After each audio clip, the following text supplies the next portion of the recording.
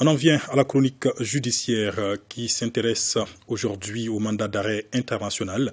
C'est une procédure judiciaire qui consiste à amener un individu qui tente de se soustraire à la justice. Ce mandat devient international quand le suspect ou l'accusé se trouve en dehors du territoire national.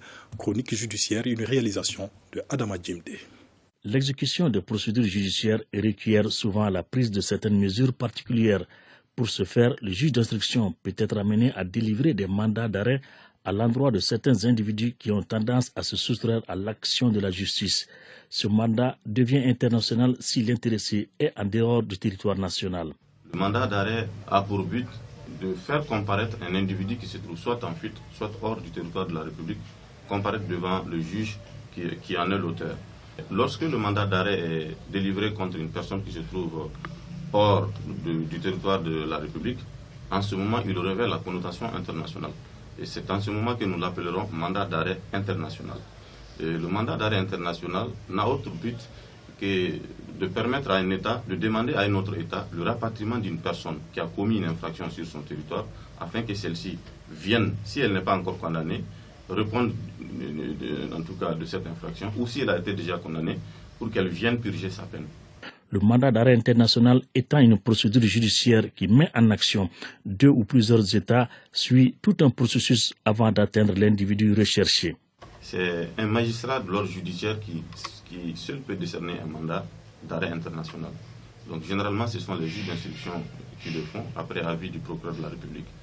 Et lorsque le mandat est décerné par le magistrat en charge d'un dossier, il suit d'abord un circuit qu'on appelle le circuit judiciaire. Donc la hiérarchie, le mandat est délivré au procureur de la République, il l'achemine à sa hiérarchie et qui à son tour l'achemine à sa hiérarchie ici, jusqu'à ce qu'il atteigne le ministre de la Justice, qui lui aussi le transmet au ministre des Affaires étrangères. Maintenant, c'est le circuit diplomatique qui va commencer. Ce ministre des Affaires étrangères va toucher l'État dans lequel l'intéressé se trouve, via son ministère des Affaires étrangères. Et une fois que le mandat arrive à ce niveau, lui aussi, il le transmet au ministre de la Justice de ce pays-là, qui le fait descendre jusqu'au procureur de la République de l'endroit où l'intéressé a été localisé. Maintenant, c'est ce procureur de la République qui va se charger de son exécution, d'interpeller ou d'appréhender l'intéressé et ensuite procéder à ce qu'on appelle un titre de cour extraditionnel. Donc il va délivrer cela et l'intéressé sera mis en détention à la disposition de l'État qui a émis le mandat d'arrêt international. Donc c'est en ce moment que va s'ouvrir la phase qu'on appelle l'extradition. Ce mandat a une particularité en ce sens que ce sont les relations internationales qui entrent en jeu. Et la suite de la procédure est facilitée ou compliquée selon la nature de ces relations avec ces deux États.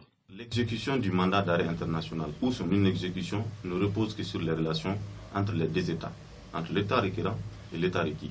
Si les relations diplomatiques se trouvent être au beau fixe, il va de soi que l'État requis fasse diligence pour que l'intéressé soit remis à l'État requérant. Mais si les relations diplomatiques ne sont pas au beau fixe, il va de soi que tout soit mis en œuvre pour ne pas que cette exécution du mandat d'arrêt international voit le jour. D'où l'interférence du politique, donc de l'exécutif dans le champ judiciaire au détriment du principe de la séparation des pouvoirs.